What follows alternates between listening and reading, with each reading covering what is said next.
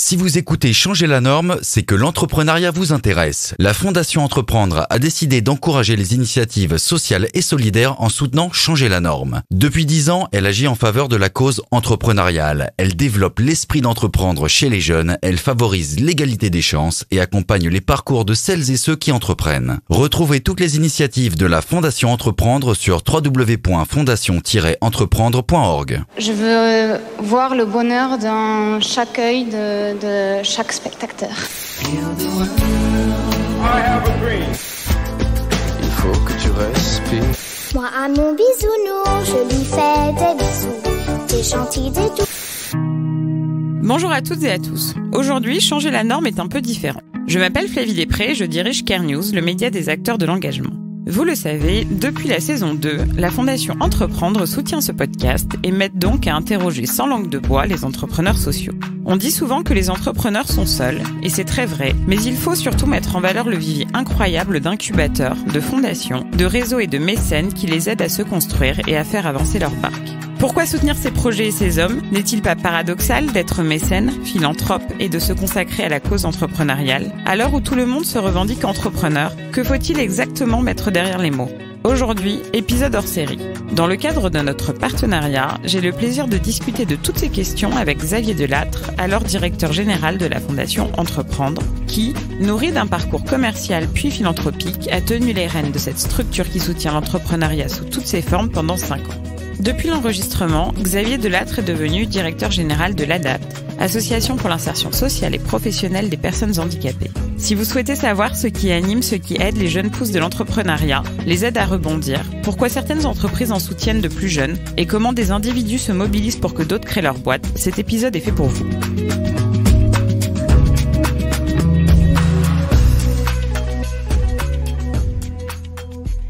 Bonjour Xavier. Bonjour. Tu vas bien ? Parfait. Très bien. Alors aujourd'hui, c'est un épisode un peu spécial, comme j'ai dit dans l'intro, parce que on va parler de la Fondation Entreprendre, qui soutient Changer la norme. Oui. C'est la 2e saison. On est très contents. Enfin, moi, je suis très contente. En plus, tu as un parcours vraiment ancré association, fondation, donc tout ce qui est en lien avec quand même un monde meilleur et un futur désirable. Du coup, on va parler avec toi de ton parcours, aussi de ce choix de la fondation très spécifique de mécéner l'entrepreneuriat. Et enfin, parce que c'est mon dada, on va parler d'économie sociale et solidaire. Ça te va ? Alors, on y va. Est-ce que tu peux te présenter en une phrase ? En une phrase ? Eh ben, écoute, on parle beaucoup de parcours hybride. Donc moi j'ai un parcours hybride, moitié de mon parcours est en entreprise, dans des boîtes d'informatique, et l'autre moitié est pour l'intérêt général, dans des fondations. Est-ce que tu peux nous citer quelques fondations, si elles sont connues du grand public, ou sinon les présenter brièvement ? Alors dans les fondations, j'ai travaillé dans 2 fondations, la Fondation Apprenti d'Auteuil, où je dirigeais le siège social, et puis dirigeais le développement des ressources privées, et puis depuis 5 ans, la Fondation Entreprendre. Qu'est-ce que tu faisais dans ton ancienne vie non-profit, ton ancienne vie privée, lucrative ? Alors, je travaillais dans 2 boîtes, CS Econocom et Electra, où j'ai commencé comme commercial, à vendre des parcs informatiques et des systèmes de location de parcs informatiques. Rien à voir. Rien à voir. Et puis, progressivement, j'ai dirigé des entités de ces groupes, puis des filiales. Et je me suis rendu compte que derrière l'informatique, ce qui m'intéressait, c'était les hommes et les femmes qui se cachaient derrière l'écran. Et donc, j'ai commencé à manager en prenant la direction d'un centre de formation, filiale de CS Econocom. Aujourd'hui, Fondation Entreprendre, depuis 5 ans. Oui. Donc, tu connais la Fondation depuis la moitié de son âge, puisqu'elle a 10 ans. Exactement. Comment elle a été créée, cette Fondation Entreprendre ? Est-ce que c'est une fondation qui a été créée par le réseau Entreprendre ? Alors en fait, la fondation et réseau Entreprendre ont le même fondateur, qui est André Mullier. Et André Mullier avait créé il y a 30-35 ans réseau Entreprendre, qui avait pour but de créer des entrepreneurs pour créer de l'emploi, qui était vraiment le leitmotiv et qui est toujours le leitmotiv d'ailleurs. Et puis en 2008, il a eu l'idée avec sa fille Blandine de créer la Fondation Entreprendre, qui avait comme première mission de développer et de pérenniser Réseau Entreprendre, d'où le lien qui existe toujours, qui est parfois un peu confusant dans l'esprit des gens, mais qui existe toujours. Et puis progressivement, dès le départ, il a souhaité que la Fondation ait des missions un peu plus larges, notamment de soutenir et de développer l'esprit d'entreprendre chez les jeunes. Et puis après, il y a d'autres missions, mais on a le temps d'y revenir tout à l'heure. Et puis, il y a la petite phrase qui est avant chaque épisode de Changer la norme, où il y a le site internet de la Fondation Entreprendre pour ceux qui ont envie d'en savoir plus après l'épisode. Donc là, la Fondation, elle a 10 ans. Elle est présidée par Blandine Bugnier. Toi, tu la diriges. Oui. C'est quoi le bilan de 10 ans de Fondation? Parce que c'est quand même une décennie. Hein. C'est un âge un peu tournant. 10 ans, c'est un premier virage. On pourrait déjà dire en chiffres, c'est 22 millions de subventions distribuées à des associations, c'est 850 000 bénéficiaires. Et puis, c'est une vision assez large de l'entrepreneuriat. Le mot entreprendre, pour nous, il veut dire accompagner toute personne à être entrepreneur de sa vie, créateur de son travail, créateur de son entreprise. On n'est pas tous appelés à être chef d'entreprise, on est bien d'accord là-dessus. Donc le bilan aujourd'hui, c'est d'intervenir dans 3 grands domaines, qui est d'aider des jeunes à développer l'esprit entreprendre, où on repère des associations qui, elles, vont intervenir dans les collèges, lycées, universités, en travaillant la patte de l'entreprise, en travaillant des cas d'école, en travaillant des vraies mini-entreprises ou des projets d'ESS, par exemple, et pour vraiment donner aux jeunes l'envie et les compétences pour savoir comment ça fonctionne et savoir s'ils ont envie d'y aller. Ça, c'est la première cible. La deuxième, c'est de développer et de favoriser l'égalité des chances. Et là, on va intervenir sur l'entrepreneuriat féminin. On sait qu'il y a... Alors on dit qu'il y a 30% de femmes qui entreprennent, mais si on enlève les auto-entrepreneurs, je pense qu'on est plus près de 15-20%. Alors on se donne pas une conscience en mettant tout le monde dedans, donc comme ça augmente les chiffres, mais la réalité est quand même très très très basse. Et puis autre priorité dans l'égalité des chances, c'est que entre les métropoles, mais aussi les territoires plus ruraux, il y a des différences énormes. C'est comment est-ce qu'on développe l'entrepreneuriat et l'emploi dans les zones rurales, dans les banlieues, qui est un point important. Et puis le dernier, qui est d'accompagner des projets entrepreneuriaux. Là, on retrouve Réseau Entreprendre, par exemple, mais aussi des gens comme Ticket for Change ou d'autres. Et là, c'est concrètement de donner à des associations les moyens d'accompagner des chefs, des jeunes ou des moins jeunes qui ont envie de créer des entreprises. Alors quand on dit entreprise, ça peut être association, entreprise de l'ESS, ESUS, entreprise du monde marchand. Et plus ils sont accompagnés, plus ils ont l'expérience de pair, plus ils ont à côté des prêts d'honneur, plus ça consolide en fait la réussite et plus ça permet aux banques de mieux les soutenir. Je crois que la France est assez bonne en mode start-up, mais je sais pas. En fait, c'est comme entreprendre start-up, c'est devenu très galvaudé. Est moins bonne à faire perdurer une entreprise au-delà d'un certain nombre d'années. Oui, tous les ans, on va de record en record. Je crois qu'en 2019, c'est 550 ou 800 000 créations d'entreprises. Par contre, effectivement, on crée start-up sur start-up ou TPE, PME sur TPE, PME, peu importe les noms, mais qu'on a un gros problème pour les faire grandir. Et quand elles grandissent, une grande partie sont rachetées par des groupes étrangers, ce qui est un petit peu dommage. Et donc, comment est-ce qu'on soutient des entreprises pour devenir des ETI, voire demain des licornes, pour reprendre le mot à la mode? Dans l'ESS, il y en a quelques-uns qui espèrent être des licornes de l'ESS. Moi, je voudrais que tu reviennes un instant sur le mot entreprendre, l'action d'entreprendre. Ouais. Je sais pas si tu sais pourquoi est-ce qu'ils ont choisi ce mot-là, mais en fait, c'est un mot qui aujourd'hui est utilisé, mais à absolument tout va. C'est-à-dire que je suis quelqu'un d'un peu cynique et en fait, dans les événements, les gens sont tous entrepreneurs. C'est-à-dire que t'es DG d'une association, t'es entrepreneur, et je dis pas qu'il y en a qui le sont pas, mais en fait, moi je suis journaliste et entrepreneur, ce que j'ai créé avec Guillaume KR News, mais tu fais un projet où t'animes des conférences, t'es entrepreneur, d'où ça vient? Et qu'est-ce qui est fait pour lui garder son sens et pas justement que ça soit pris dans cette espèce de flot entrepreneurial du moment? Alors c'est vrai que le mot entreprendre est devenu à la mode, l'entrepreneuriat, tout le monde en parle. Ce qu'il faut voir, c'est que il y a 2 choses qu'il faut voir dans l'itinéraire. C'est d'une personne, c'est sa posture entreprenante et pas forcément entrepreneuriale, mais ce qu'on appelait autrefois les savoir-être, comment avoir de la volonté pour créer son projet, orienter sa vie, qui sont des postures que les jeunes doivent avoir, et puis la vraie posture de l'entrepreneur, qui lui est un créateur d'une structure qui va créer de la valeur sociale, de la valeur économique, de la valeur environnementale, pour reprendre les mots du moment, qui va créer de l'emploi.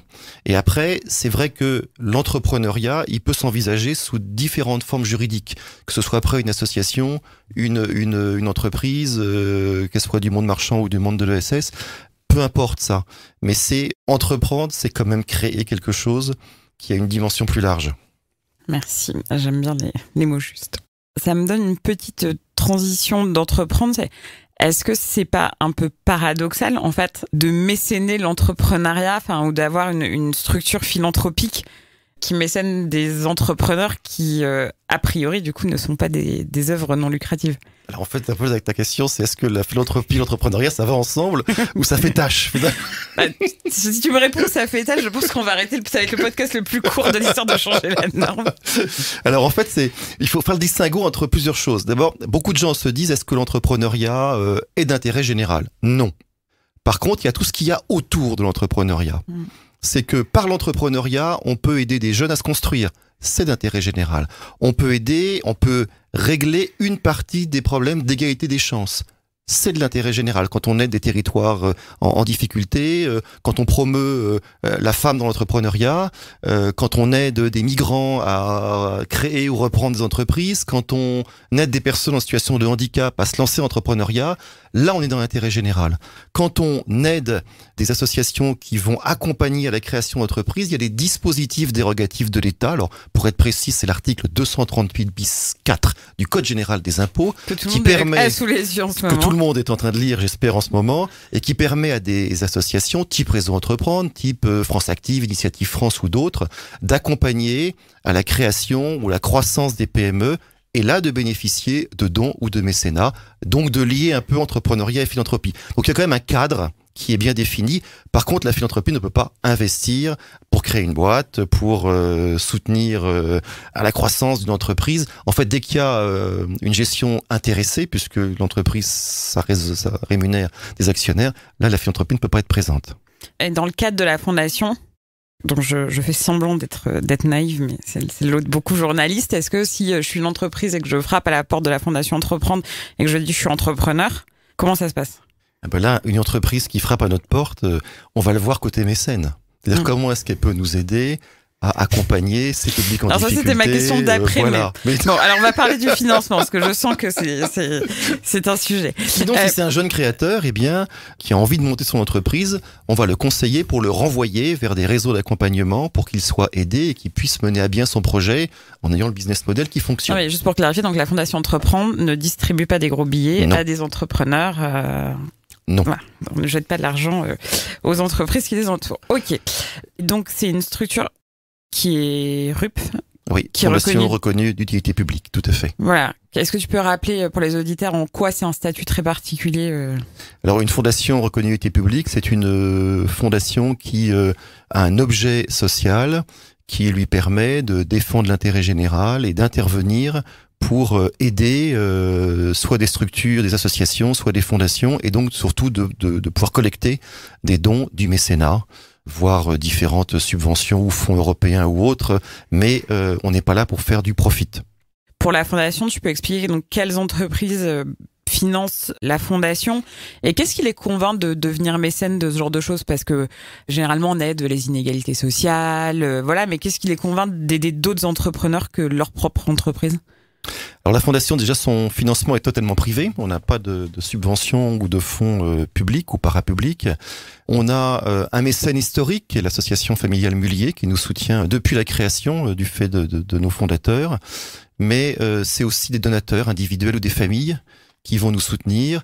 Et des entreprises, on va revenir un peu des gens comme AXA, comme HSBC, comme Kiabi, comme le Fonds Sycomore, qui vont nous soutenir en mécénat sur des actions particulières.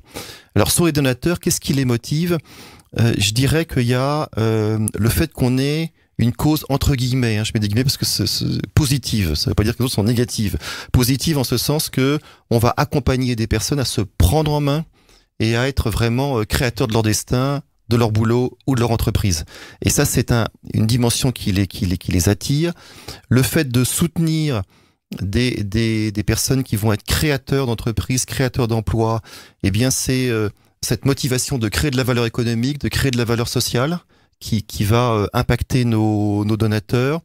C'est aussi pour beaucoup, j'ai été entrepreneur, j'ai réussi, j'ai pu amasser un certain capital. N'empêche que ce projet que j'ai monté, bien sûr, je suis un mec génial et je l'ai fait seul, mais j'ai eu des parties prenantes, j'ai eu des salariés, j'ai eu des gens qui m'ont aidé, et donc il est temps de venir un peu à l'américaine, ouais. Mais j'aime bien ça, ce côté, j'ai réussi, mais je prends conscience que j'ai réussi aussi avec d'autres, et donc je renvoie l'ascenseur. Donc c'est que des grands donateurs, plutôt des entrepreneurs assez. C'est des grands donateurs. On a très peu de donateurs, mais des grands donateurs. ou entreprises. Et là, côté entreprise, ils viennent chercher la co-construction, puisqu'on va bâtir avec eux des programmes d'action, on va s'appuyer sur des compétences croisées. Voilà, je peux citer par exemple des ailes pour entreprendre, un programme pour l'entrepreneuriat féminin qu'on a co-construit avec AXA. Et ce qui est intéressant, c'est que c'est une énorme structure et une toute petite fondation, puisqu'on est 7 dans la fondation Entreprendre, et qui arrive à se comprendre, à travailler ensemble, à faire preuve d'exigence croisée et de bienveillance croisée. Et c'était pas mal.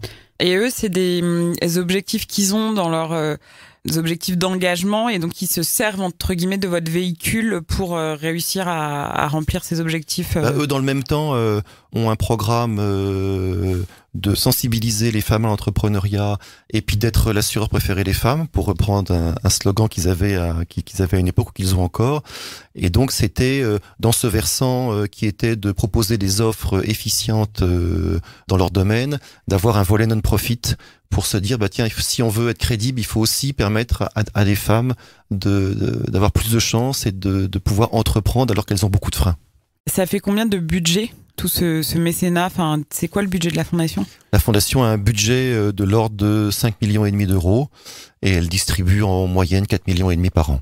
Puisqu'on parle de distribution, ma question suivante, ça a porté donc sur, puisque tu as parlé des ailes pour entreprendre, c'est oui. Comment sont choisies les associations que mécène la fondation? Est-ce que c'est toujours les mêmes? Est-ce qu'il y a un appel à projet? Est-ce que c'est pluriannuel? C'est assez ouvert. Donc on a quand même nos 3 axes que j'ai stipulés, donc développer des compétences entrepreneuriales, favoriser l'égalité des chances, et puis accompagner les projets entrepreneuriaux.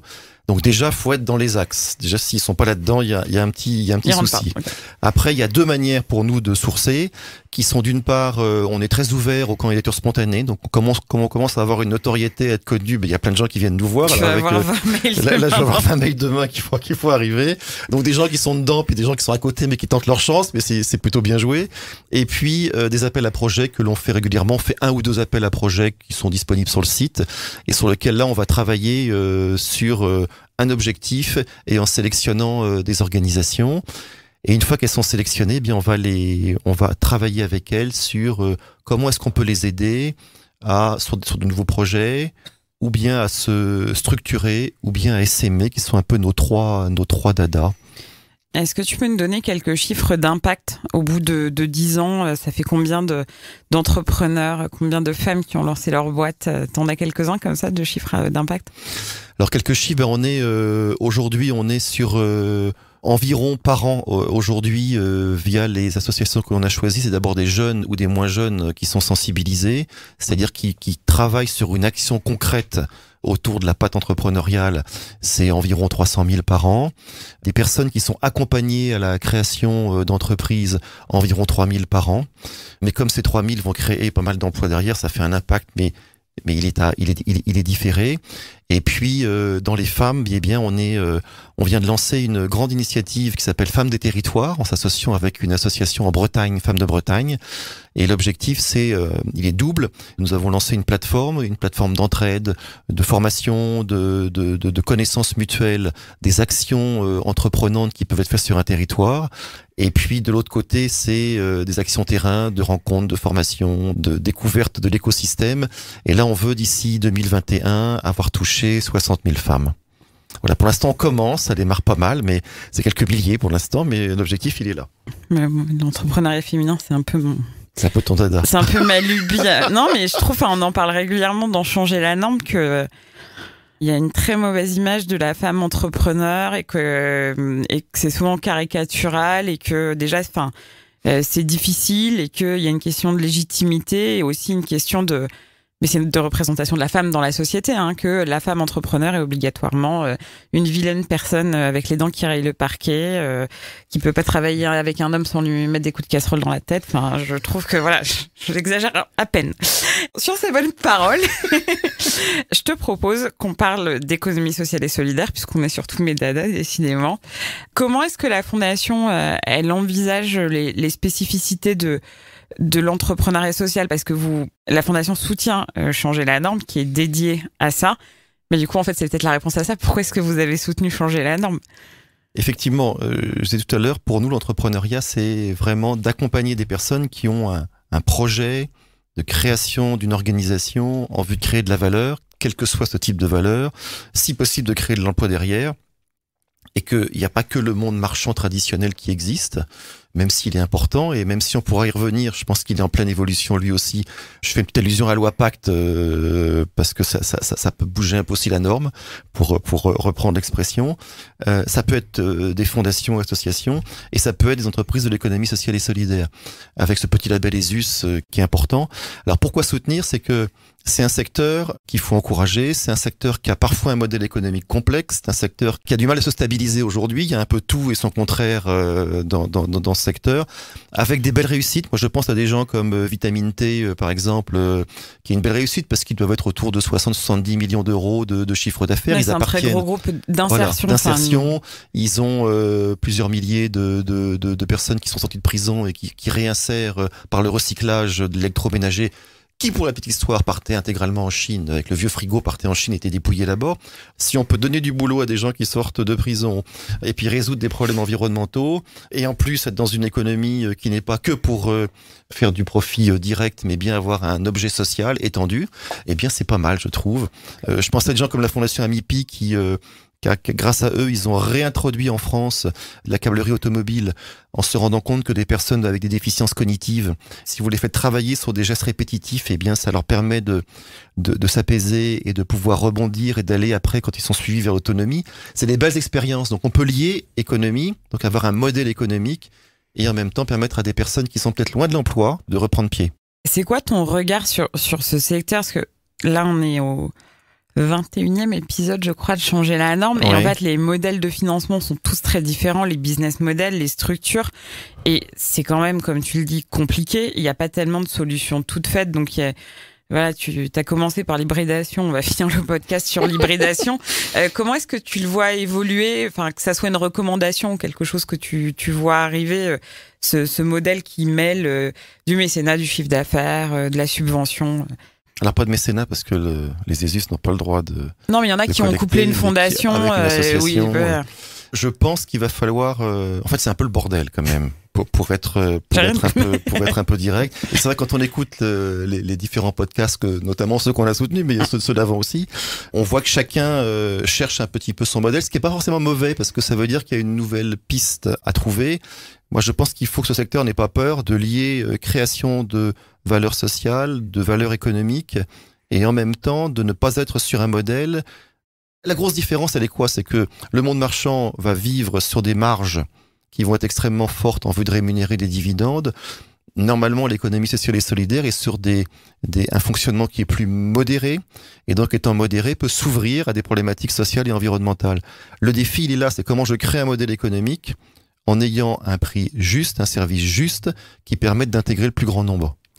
Alors, j'ai une question finale avant de passer à une toute petite série de questions de la fin que tu connais bien. Là, on a parlé d'entreprises qui soutiennent des entrepreneurs, d'associations qui collectent des fonds pour soutenir des entrepreneurs, de donateurs particuliers. Quel est, selon toi, le rôle de l'État, de la puissance publique vis-à-vis de l'entrepreneuriat social ou de l'entrepreneuriat en général? Parce que c'est le seul acteur dont on n'a pas tellement parlé, même si on a évoqué la loi Pacte rapidement.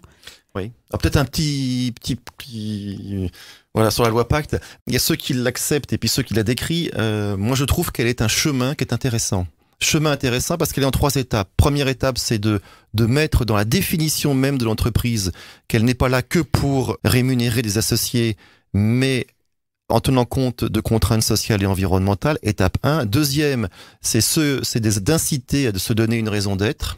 Alors qui peut être réel et qui peut être bidon, on est d'accord, mais ce sera aux consommateurs ainsi de faire un peu le tri. Et celles qui iront le plus loin, c'est celles qui veulent mettre leur raison d'être dans leur statut et donc de créer un comité qui va pouvoir suivre la réalité et d'avoir un système opposable devant les actionnaires, de dire mon entreprise elle a aussi une raison d'être. Le bon exemple, c'est Emery Jacquilla avec la Camif. Je vais pas le développer ici, vous irez sur son site, c'est pas mal, mais j'apprécie assez ce qu'il fait actuellement. Donc le rôle de l'État, moi je pense que le rôle de l'État, il a un rôle aujourd'hui qui est d'encourager la création de ces statuts un petit peu différents, mais surtout je pense qu'il a un rôle pour créer des alliances entre différentes parties. On voit aujourd'hui émerger dans tous les territoires, et notamment dans les territoires qui sont les plus en difficulté, des alliances entre des entreprises de l'économie sociale et solidaire, le monde associatif, les collectivités, les entreprises. Et au travers de tout ça, on voit qu'il y a un véritable engagement de certaines associations à devenir un peu des centralisateurs, des catalyseurs, et qui vont orchestrer par rapport à des problématiques locales. Et je crois que le rôle de l'État, c'est comment je peux aider de plus en plus à ces mondes à parler ensemble et à bâtir ensemble. Je pense que ces mondes sont trop aujourd'hui en silo. Ça sera le mot de la fin. On va passer aux petites questions du tac au tac. Je pense que tu es prêt après tant d'épisodes. Quelle est la raison d'être de la Fondation Entreprendre ? Alors la raison d'être, elle est notre objectif, c'est de permettre au plus grand nombre de se réaliser par l'entrepreneuriat, et je mettrais de se réaliser en acquérant une posture entrepreneuriale, et avec toujours cette envie derrière de créer une société plus juste, plus pérenne et plus durable. L'homme ou la femme politique que tu voudrais convaincre ? Est-ce que j'ai envie de convaincre des politiques ? Je mettrais 2 femmes. Alors 2 femmes parce que c'est des femmes de conviction, et c'est des femmes qui ont une expérience hybride elles aussi en entreprise, puis dans le monde politique, Muriel Pénicaud et Christine Lagarde. La taxe que tu aimerais inventer ou supprimer ? Alors je suis pas très taxe, je suis plutôt création de valeur, mais tout à l'heure je parlais justement d'hybridation des modèles, de dynamique des territoires. Sur les territoires, on s'aperçoit qu'il y a un manque de financement des associations qui vont permettre de piloter l'ensemble des partenariats. Donc je mettrai une taxe sur le développement des partenariats territoriaux. La patronne ou le patron du CAC 40 que tu pourrais ou voudrais être ? Alors j'en prendrai un ancien, il est mort, mais c'est François Michelin. En fait, pourquoi ? C'est que c'était quelqu'un qui avait une vision de sa boîte, vision de la société et un sens du bien commun. Et la somme pour laquelle tu tairais un scandale politique ? Je pense que si on rentre dans des intérêts financiers ou d'argent perso, ça finit toujours en boomerang. Et que dans mon expérience à Apprenti d'Auteuil, j'ai accompagné parfois des grands chefs d'entreprise qui voulaient léguer à la fin. Et je me rends compte que finalement, ce qu'on a fait de bien ou de mal revient toujours, et c'est bien. Merci beaucoup Xavier. Merci Flavie. Merci d'avoir écouté jusqu'au bout cet épisode. Changer la norme, le podcast de Care News se retrouve sur SoundCloud, iTunes, Spotify et partout la technologie à l'heure de nous mener. N'hésitez pas à nous suggérer des invités, à faire des commentaires, à diffuser autour de vous et à noter le podcast afin de vraiment changer la norme. Merci.